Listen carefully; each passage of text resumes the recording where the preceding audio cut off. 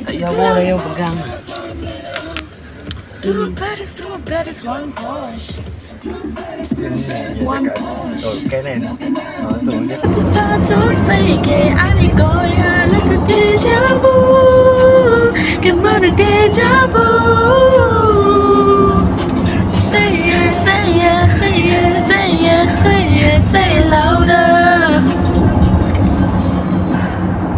Okay guys, kita dah sampai tempat wayang Aeon. Kita nak tengok Dugong 2.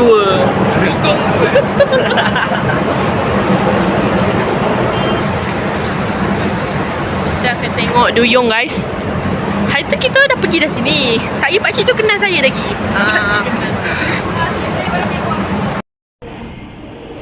Dah stres guys.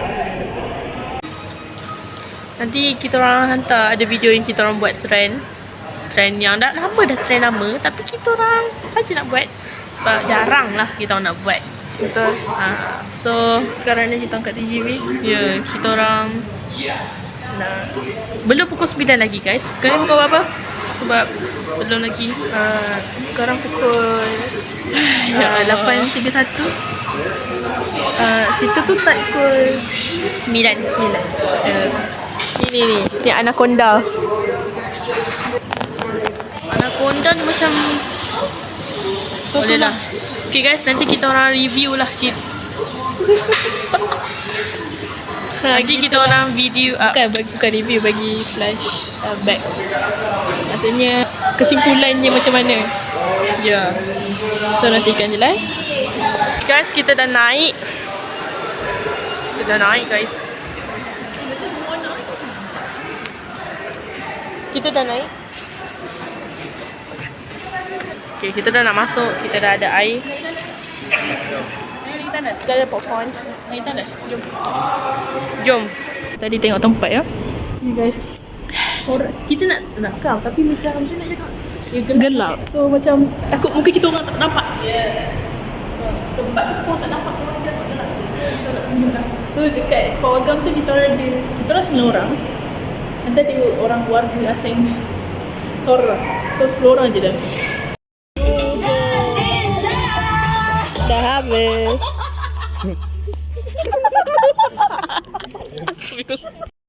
Dah habis.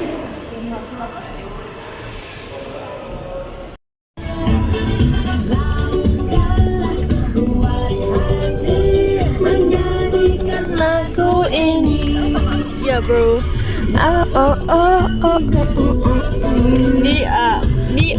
This is us after Dugong 2 tu.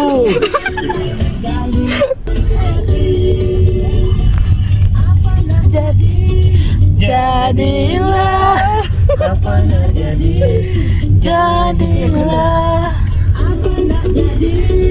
Jadilah apa nak jadi. Jadilah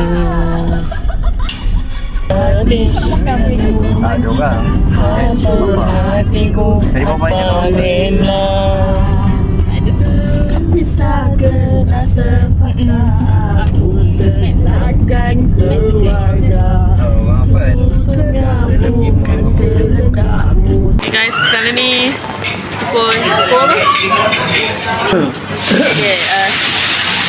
sekarang pukul tak payah kot tunjuk lebih-lebih. Tak habis.